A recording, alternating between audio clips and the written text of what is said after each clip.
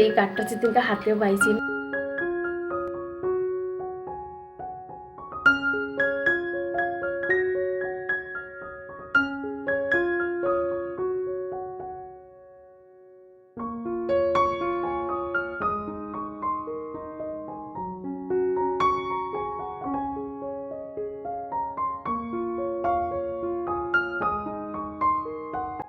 সকাল এখন 8টা বাজে, আর এই যে আজকে 8টার থেকে বরের ডিউটি। তো ও যে ডিউটির লেগে বাড়িয়ে গেছে গা। আর এই হইতেছে আকাশের অবস্থা। গতকালকে বৃষ্টি হয়েছে, বেশ ভালোই কিন্তু বৃষ্টি হয়েছে। তো সকালবেলা আকাশটা একদম মেঘলা মেঘলা। আর দেখো না কাকিমাদের এই গাছটায় এত সুন্দর ফুল ফুটে, জানো তো, কিন্তু তারা না এই গাছটা কাইটটা লাগছে, আর গিয়ে আরও বেশি ফুল ফুটতো, এখন কইমা গেছে গা। Good morning everyone, Radhe Radhe. কেমন আছো তোমরা সবাই?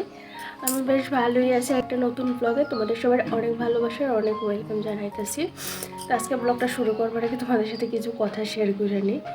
আজকে 2-3 দিন হয়েছে এইরকম পরিস্থিতি আবার শুরু হয়েছে। মানে বেশ মধ্যে কয়েকদিন ভালো হয়েছিলাম, আবার শুরু হয়েছে। একদমই কিছু খাইতে পারি না। তারপর হুটহাট করে সেটা মাথা ঘুরানি শুরু হয়ে যায়, হাত পা বাইঙ্গা নেয়। তখন যেখানে পারি সেইখানে বয়ে যায়, অনেক সময় মাড়িত লেড়া খাইয়ে বয়ে যায়। তারপরে উঠতে আমার কি পরিমাণ যে কষ্টও। এই দেশে পরিস্থিতি 2 দিন বালা গেলে 4 দিন আবার খারাপ শরীরটা যায়। তো এইগুলি মানে প্রেগনেন্সির স্বাভাবিক ব্যাপার, তাই না? তো তোমরাই জানাই একটু। তোমার একটা বোন আমারে কমেন্ট করছিল, দিদি ভাই তোমার 3 মাস, আমারও 3 মাস। তো আমার 3 মাস কিন্তু কমপ্লিট হয়ে গেছে। আমি সেকেন্ড ট্রাইমিস্টারে পড়ে গেছি। আজকে ওই ধরো 5-6 দিন হইব আমি কিন্তু সেকেন্ড ট্রাইমিস্টারে পড়ে গেছি। কিন্তু ওই যে শরীরের যে অবস্থাটা, মানে ফার্স্ট ট্রাইমিস্টারের যে সমস্যাগুলি হয়েছিল এইগুলি যেমন কমতেছে হয় না, অল্প স্বল্প একটু কমছে, কিন্তু বেশ মানে বেশিরভাগই রয়ে গেছে। তো তোমাদের সাথে জানি না কত দূর কী ব্লগে শেয়ার করতে পারবো। তারপরেও ক্যামেরাটা হাতে নিয়েছি। ক্যামেরাটা যখন হাতে নিয়ে এসে তোমাদের সাথে কথা কই, তখন আমার বেশ ভালো লাগে। তো আগে তো একদমই ক্যামেরার সামনে আইতাম না, শুধু কাজকর্ম তোমাদের সাথে শেয়ার করতাম। কিন্তু এখন ভাবছি যে ক্যামেরার সামনে আয়া সেরা বর্তমান অবস্থা তোমাদের আমি জানাবো। কারণ আমি যখন ক্যামেরার সামনে আমো, তোমাদের সাথে কথা কমো, তখনই তো তোমরা বুঝতে পারবা, আমার দেখা বুঝতে পারবা যে কী অবস্থা চলতেছে। তো আজকে আমার বরের 8টার সময় ডিউটি আসছিল, 7:30 থেকে ঘুম থেকে উঠছি। অন্যান্য দিন কিন্তু আমি দুপুরবেলা ঘুমাই, আমার বর আইলে খাওয়া দাওয়া করে দুজনে একসাথেই ঘুমাই। কিন্তু কালকে দুপুরবেলা খাওয়া দাওয়া করার পর থেকে আমার শরীরটা এতটা খারাপ লাগতেছিল, মানে বারবার মনে হইতেছিল একটু যদি বমি হইতো তাহলে ভালো হইতো। মানে বমি হইব, মাথা ঘুরানি, তারপর হাত পা জ্বলা, হাত পা যেমন কামড়াইয়া নিতেছে আর হইতেছে একটা অস্বস্তিকর একটা ব্যাপার আর কি চলতেছে। আর মাথা বেদনা তো একটা আসিলই, আর হইতেছে কোমরের বেদনা। এইগুলি হইতেছে কালকে 12টার পর থেকে শুরু হয়েছে। রাত্রে ঘুমটা কিন্তু একটু ভালো হয়েছে, যেহেতু দুপুরবেলা আমি ঘুমাইছি না, এই ঘরে রাত্রে ঘুমটা একটু ভালো হয়েছে। ও আজকে আমার কিছু রিপোর্ট লয়ে গেছে ডাক্তারের কাছে, ডাক্তারের দেখাইবো। আর আমি যে মেডিসিনগুলি খাইতেছিলাম এইটার মধ্যে, এখানে তো অনেকটা মেডিসিনই তো খাওয়া হয়ে গেছে, আরও কিছু মেডিসিন আছে নতুন যেগুলি স্টার্ট হইব। তো এইগুলি ও ডাক্তারের কাছে লয়ে গেছে দেখাইতো যে এইগুলি কবে থেকে স্টার্ট হইব। আর এই মেডিসিন মানে যে মেডিসিনগুলি আমাদের সাব সেন্টার থেকে দিছিল, এই মেডিসিনগুলি খাইলে হইব কিনা। ফলিক অ্যাসিডটা এতদিন আমি খাইছি একদম 3 মাস আমি ফলিক অ্যাসিড, 3 মাসে তো 4 মাস 4.5 মাস অব্দি আমি ফলিক অ্যাসিডটা খাইছি। আর একটা পাতা আছে, এটা খাইলে শেষ কিন্তু। আর ওইটা সাস্টেন একটা দিছে, এটা হচ্ছে এটাও কিন্তু আমি আজকে 1 মাস হয়েছে না, ধরো ওই 1 পাতার মতো আমি খাইছি। আর 1 পাতায় যে স্টার্ট হয়েছে, এটা রাত্রেবেলা গইরা সেটা খাওয়ার পরে এইটা খাওয়ানো লাগে সাস্টেন। আর এখন শুরু হইব এই যে আয়রন আর ক্যালসিয়াম, এগুলি আমাদের সাব সেন্টার থেকে দিছে। তো আমার বর মানে আজকে ডাক্তারের সাথে কনসার্ন করবো যে এইটা খাইলে হইব কি না, বাইরে থেকে এক্সট্রা আরও মানে একটু পাওয়ারফুল বা একটু ভালো কিনা আনতে হইব। তো এই কারণে ও আমার মানে রিপোর্ট সাথে এইটা লয়ে গেছে। আরেকটা আজকে রিপোর্ট দেওয়ার কথা, আজকে তো 24 তারিখ আমাদের একটা রিপোর্ট দিব। এই রিপোর্টটা হইতেছে গিয়ে সেটা তার কাছে আমি আমার বাকি মানে ইয়েগুলি করছিলাম, টেস্টগুলি করছিলাম, তাই না মানে থ্যালাসেমিয়ার যেটা আছে এইটারই হইতেছিল 3,000 না 3,500 টাকা নিব। এই কারণে আমরা এখানে করছি না তাদের কাছে। তো আমরা মানে এতটাও গুরুত্ব দিয়েছিলাম না প্রথম দিকে। আমরা যখন ডাক্তার দেখাইতে গেছি তখন হচ্ছে থ্যালাসেমিয়াটা কিন্তু ম্যান্ডাটরি করতেই হইব, সেই তুমি বাইরে করো যেখানে করো করতে হইব, কইরাই না আমার রিপোর্টটা দেখাও। আর সেটা কিন্তু দুজনেরই করতে হইব। এটা হচ্ছে ব্যাপার। তো একজনের যদি বাইরে 3,000 টাকার মতো হয় তাহলে দুজনের 6,000 টাকা। আর আমরা এই পর্যন্ত প্রচুর খরচা হয়ে গেছে ডাক্তারের পিছনে, প্রচুর প্রচুর রিপোর্টও হয়ে গেছে। তো আমরা সরকারিভাবে কিন্তু থ্যালাসেমিয়াটা করাইছিলাম, মানে টেস্টটা করাইছিলাম। তো আজকে সেই রিপোর্টটা দিব। তো ওই কারণে হয়েছে কাগজপত্র সব কিছু লইয়া, আর এই যে ওষুধটা মানে 2 ধরনের ওষুধ লইয়া সেটা ও গেছে ডাক্তারের কাছে, মানে ডাক্তারের কাছে ডিউটি সাইরে তারপর ডাক্তারের কাছে যাইব, গিয়ে সেটা ডাক্তারের সাথে এগুলি দেখাই আয়া তারপর ফাইনাল ডিসিশন হইব যে কী করবো না করবো। এইখানে আছে আমার সমস্ত রিপোর্ট, এই যে প্রেগনেন্সি স্টার্টিং থেকে শুরু করে সমস্ত কিছু রিপোর্ট, স্ক্যান, অ্যান্টি স্ক্যান যা যা আছে সব কিছু এই খাড়িটার ভিতরে আছে। তোমাদের তো পোলিও কার্ডটাই দেখাইলাম না আমি তোমাদের পরে, মানে আমি যে স্ক্যানগুলি করছি, সোনোগ্রাফি, প্রথম সোনোগ্রাফি, সেকেন্ড সোনোগ্রাফি সব কিছু কিন্তু এইখানেই আছে। তোমাদের তো কিচ্ছুই দেখাইছি না, দেখামো আস্তে আস্তে সব কিছু দেখামো। আর এই যে এই হইতেছে আমার পোলিও কার্ড। এই কার্ডটা যেদিনকে হাতে পাইছি না, আমার মনে হইতেছিল আমি মাও আমি মাও আমি মাও আমার মাথায় এখন প্রচুর প্রচুর মানে দায়িত্ব, একটা ছোট্ট বাচ্চার দায়িত্ব, মানে অনেক কিছু মাথা চাইতেছিল। তো তোমাকে আমি পরে আমার রিপোর্ট দেখামো যে কি রিপোর্টে কি আইছে না আইছে। তো চলো এবার আস্তে আস্তে করে কাজ শুরু করি। আগে আমার ঘরের অবস্থাটা তোমাদের দেখায়, তাহলে তোমরা বুঝতে পারবা যে বর্তমানে আমি কি পরিস্থিতির মধ্যে দিয়ে যাইতেছি বা আমার সংসারের অবস্থা কি। মানে আমি না জাস্ট দেখি 2 চোখ বইরে, কিছু করতে পারি না, কারণ ওই যে শরীর আমার সাথ দেয় না। তো চলো এখন আমার মনটাও ভালো আছে, ফ্রেশ আছে, সকালবেলা এনার্জি লেভেলটাও ভালো থাকে, কাজকর্ম করতেও ইচ্ছে করে, তখন কাজকর্ম সাইরা নিই। আস্তে আস্তে করে তোমরা আমার সাথেই থাকো। তো কাজকর্ম শুরু করার আগে তোমাদের একবার ঘরের অবস্থাটা দেখাই দিই। এই হইতেছে ঘরের অবস্থা। সারাদিন তো ভালো থাকে, কিন্তু ওই যে বিকেলের পর থেকে মানে ঘরের অবস্থা এরকম হয়ে থাকে, জিনিসপত্র এদিক সেদিক বইরা দেখে ঘরটা পুরো এলোমেলো হয়ে রয়েছে। বাসন টাসন দেখো, কত বাসন, ফিল্টার থেকে এদিকে জল পড়তেছে। এই হইতেছে কালকে রাত্রে মানে সন্ধ্যার থেকে এই বাসন জমছে এইখানে। ও যেইটুকুনি পারছে এইটুকুনি করছে, ওই যে খাওয়া দাওয়া করার পরে বাসন আইনা শুধু এইখানে জমায়ে রাখছে। আমিও কইতেছিলাম যে রাইখা দাও, তোমার এগুলি মাজতে হইতো না, সকালবেলা আমি মাজো, কিন্তু ও কইতেছে না আমি একটু করি। তো আমিও না করতেছিলাম বারবার। তারপর তো ও রাইখা দিছিল, সকালবেলা ডিউটি আছে ওর। তো রাত্রেবেলা যদি এত কাজ করাই তো কেমন লাগে, নিজেরও তো ভালো লাগে না। তো সকালবেলা জানি আমি করতে পারবো, তো এই কারণে রাইখা দিছি জমায়ের সাইরা। তো এইদিকে দেখো কালকে সন্ধ্যা থেকে প্রচুর বাসন জমা গেছে এগুলি রাত্রে মাঝে রাখলে আমার লাগে সুবিধা হয়ে যায় সকালবেলা, মানে কাজকর্ম অনেকটা কম হয়ে যায়। কিন্তু ওই যে রাত্রে তো আর সেই রকম পরিস্থিতি থাকে না যে আমি এগুলি মাজতে পারো। তোমাদের যদি একদিন কেউ দেখাইতে পারতো ক্যামেরাটা অন করে সেটা যে রাত্রেবেলা কেমন থাকে। কালকে রাত্রেবেলা মানে আমার এতটাই পায়ে যন্ত্রণা করতেছিল, শরীরে যন্ত্রণা করতেছিল, বারবার না হাত পাও যেমন টাইনা নিতেছে, আর এটা অস্বস্তি লাগতেছিল। তো ও ধরো ওই তখন 9টা 9:30 মতো বাজে আর কি। আমার এতটাই অস্বস্তি লাগতেছিল, তো ও না অনেকখানি সময় আমার পা হাতগুলি একটু টিপ্পা দিছে, পরে আমার একটু ভালো লাগছে। আর মনে হয় গ্যাসের সমস্যায় না কি সমস্যা আমি বুঝতে পারি না। তো ওই যে আমার বমিটিং প্রচুর ফিল হয় গো সন্ধ্যার পর থেকে, ইভিনিং সিকনেসটা মানে হেভি হয় আমার। এই কারণে সন্ধ্যার পর থেকে কি চলে না চলে তোমাদের আর কিচ্ছুই আমি শেয়ার করতে পারি না, কারণ ক্যামেরা হাতে নেওয়ার পরিস্থিতি তখন থাকে না। তো যাই হোক, বাসন টাসন যা ছিল সব কিছু মাইচে রাখলাম। আর দেখো এক জুড়ি বাসন হয়েছে, এগুলি যে সন্ধ্যার পর থেকে জমে। তো এদিকে আমি বাসন টাসন মাইচা তারপরে ঘরের কাজে গিয়ে সেটা হাত দিমো। আর তো চলো এদিকে মোটামুটি বেশ অনেকটা রান্না করে কাজ আটায় নিচ্ছি। রাত্রেবেলা তো রান্না বান্না সেরকম কোনো কিছুই থাকে না, একটু খিচুড়ি করছিলাম। তো এই যে খিচুড়িটা এখানে রাখা আছে, ফ্রিজের খাবার তো আমার না করে দিয়েছে ডক্টরে, যতটা পারি আমি ফ্রিজের জিনিস যাতে না খাই, আর ফ্রিজে রাখলেও কোনো জিনিস কাইটটা সেরাম যাতে ফ্রিজে না রেখা খাই। ওই ধরো ফল টল অর্ধেকটা খাইলাম আর অর্ধেকটা রাখা দিয়েছি পরে খামো, তো এটা করা কিন্তু একদমই ভালো না। আর আমার না একটু হিমোগ্লোবিনটা কমই আছে, আর তোমাদের তো প্রথমেই কইলাম আমরা কিন্তু থ্যালাসেমিয়ার যে রিপোর্টটা আছে এইটা আজকে দিব।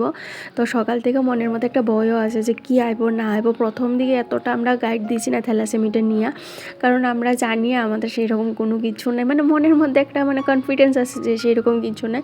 কিন্তু ওই যে ডাক্তার কয়েছে এটা ম্যান্ডেটরি করতেই হইব দুজনের।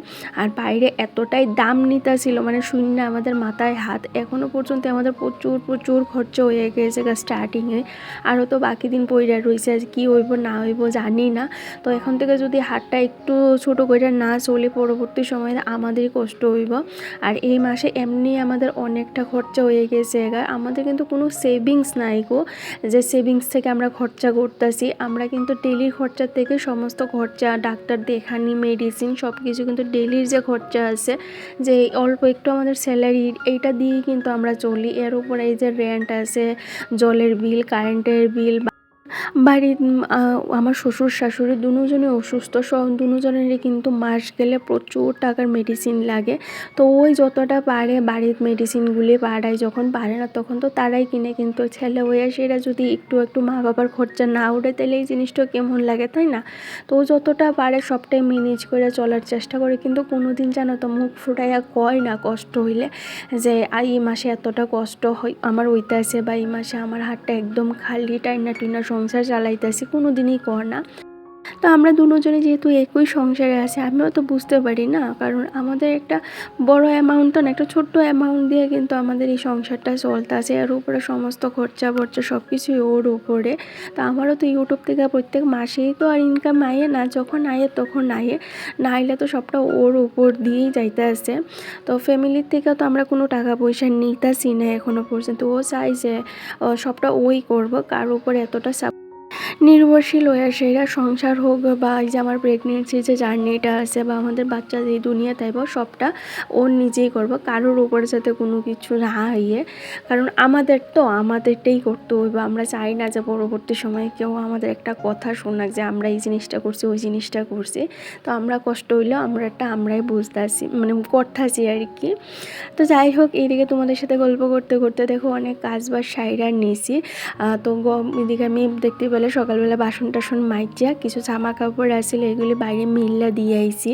তারপরে এই যে বিছনাপত্র গুছাইয়ে নিলাম। এইবার একটু ঘরটা ঝাড় দিমো। আর উপর দিকে এত মাকড়সার ঝুল জমছে। আগে তো অন্তত উইকলি একবার এটা ক্লিন করতাম, এখন তো আর হয় না। তো ওই যে ঝাড়ু দিবার সময় ঝাড়ুতে একটু টাইনা দিই, কারণ এখন যদি চেয়ারে উঠে আর যদি পইরা জায়গা, তো ও তো একদমই না, ওর কথা হচ্ছে থাক, যেই জিনিস যেমনি আছে এমনিই থাক, দরকার নাই, সময় এলে সব করণ যাব। এখন এগুলি করার সময় না, এখন শুধু তুমি নিজের উপর ধ্যান দাও, নিজের খেয়াল রাখো।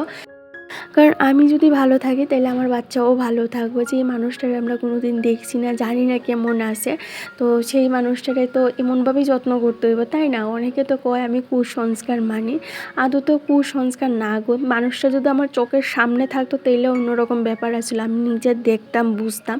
যে মানুষটা আমি দেখতেই পারতাছি না কি হইতেছে না হইতেছে, এই মানুষটার যত্ন আমি কিভাবে করবো? তো আমার যদি যত্ন করি তাইলে ওই মানুষটার যত্ন হইব, তাই না? তো খাওয়া দাওয়ার থেকে ঘরের কাজকর্ম সব কিছু নিজেরই করতে হয়। রান্না করলে খামু, না রান্না করলে খাইতাম না, এরকম একটা ব্যাপার।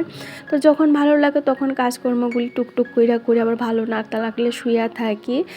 তো এইটাছে পরিস্থিতি এখন। তো তোমরা অনেকেই আমার অনেক কিছু কইতেছে, দিদিভাই নিজের খেয়াল রাখো, নিজের যত্ন করো, একটু সাবধানে চলাফেরা করো। হ্যাঁ গো, নিজের শরীর বুঝছে সবটাই কিন্তু আমি মেনটেন করে চলার চেষ্টা করতেছি। আর এই সব কিছুর মধ্যেও যেমন আলাদা একটা আনন্দ আছে, যখন একা একা বসে থাকি বা এই জিনিসগুলি ভাবি আমার বেশ ভালো লাগে। যখন কষ্ট হয় তখন তো কষ্ট হয়, কিন্তু যখন ভাবি যে আর তো কয়েকটা দিন, তারপর রাধারানীর আশীর্বাদে সুন্দর একটা ফুটফুটা মানুষ যাতে আমার কোলে ভালোভাবে আয়োক, আর কিচ্ছু চাই না আমি, এইটুকুনি, তখন বেশ ভালো লাগে, জানো তো। তো এইটা হচ্ছে পরিস্থিতি। তো আমি যতটা পারি মাইনা চলার চেষ্টা করি, যে যেটা কইতাছে এইটাই করি। নিজের থেকেও যতটা জানি, ফোন গাইডটা দেখি ততটাই আমি করি। এতে যদি অনেকে আমার কুসংস্কার কইতেই পারে, কারণ আমি আমার সন্তানের ভালোর লাগে সমস্ত কিছু করতে পারি। আর কালকে রাত্রে তো বৃষ্টি হয়েছে, সকালবেলা দেখতে পেলে আকাশটা একটু মেঘলা মেঘলা হয়ে রয়েছে।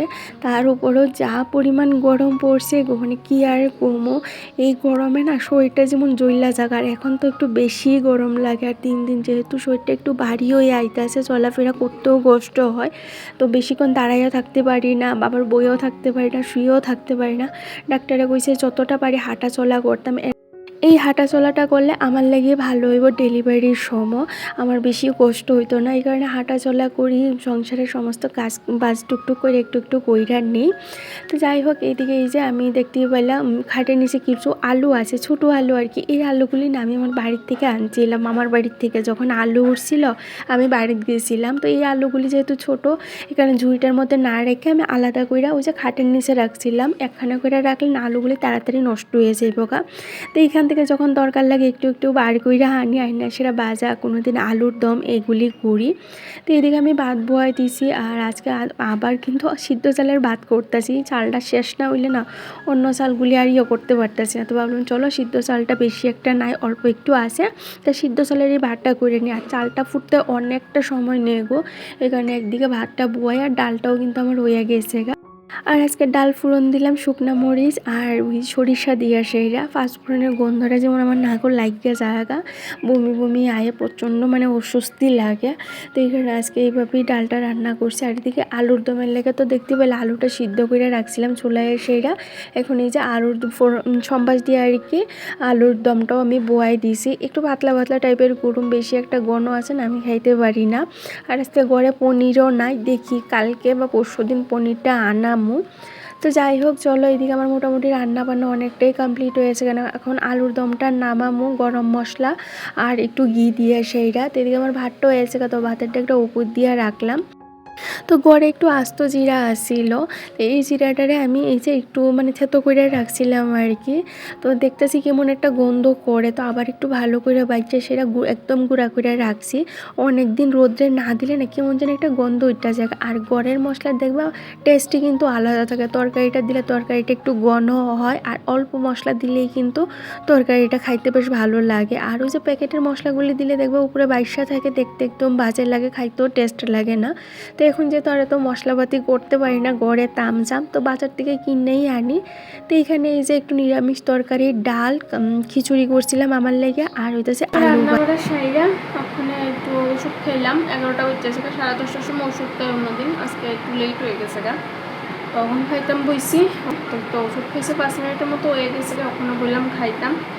আর কী কী রান্না করছি তোমাদের তো দেখাইয়ে দিলাম। আর কালকে খিচুড়ি আসছিল, যেটাই আমি ওখানে খামো আলু ভাজা দিয়ে সেরা। ভাত তো মানে ভাতের গন্ধই যেমন আমার বমি বমি হয়ে গেছে, ওই যে ভাত করছি এটার গন্ধই যেমন আমার সহ্য হইতেছে না, আর কোনো তরকারি টরকারি খাইতে ইচ্ছা করতেছে না। ওই যে একটু আলু ভাজা খিচুড়ি লিয়ে বইছি। তোমাদের আমি বারবার কই যে আমার বমিটিং আয়ে বা আয়ে, সত্যি কথা কইতে এইরকমই পরিস্থিতি চলতে আছে। এমনি আমি তোমাদের কই না, যদি না হয়তো অবশ্যই তোমাদের আমি জিনিসটা কইতাম না, যেহেতু এখানে আমি ডেইলি কী হইতেছে না হইতেছে জানে, এই কারণে তোমাদের সাথে এই জিনিসগুলি আমি শেয়ার করি। তো এদিকে খাওয়া দাওয়া সাইরা কিন্তু আমি একটু সময় রেস্ট করে স্নান করে আইলাম, তারপর ঠাকুর সেবা দিয়ে সেরা এই বাড়ি যে তেল সিঁদুর দিয়ে নিতে আসি। খাওয়ানোর কথা ছিল আরও আগে, ওষুধটা অন্তত টাইম টু টাইম খাওয়া তো দরকার, কারণ ওষুধের উপরেই কিন্তু চলতাছি আমি আর কি, এত ওষুধ এত ওষুধ। আর একটা দিদিভাই আমার কমেন্ট করছিল যে এই সময় তো প্রচুর কোষ্ঠকাঠিন্য হয়, তো তুমি কীভাবে জিনিসগুলি মেনটেন করতেছ। সত্যি কথা কইতে না, আগে এরকম আমার কোনো সময়ই হয়েছে না।